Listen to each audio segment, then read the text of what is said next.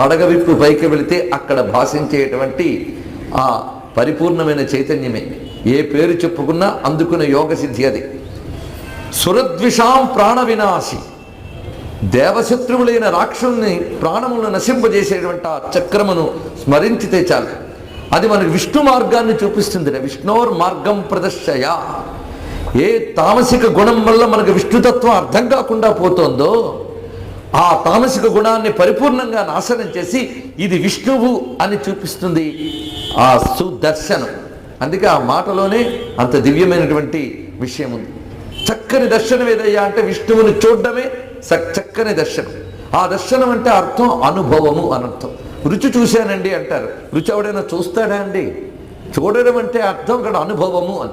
సుదర్శనము అంటే నారాయణ తత్వాన్ని అనుభవానికి అందజేసేటటువంటి జ్ఞానమయమైన ఆ తేజో రాశి అది.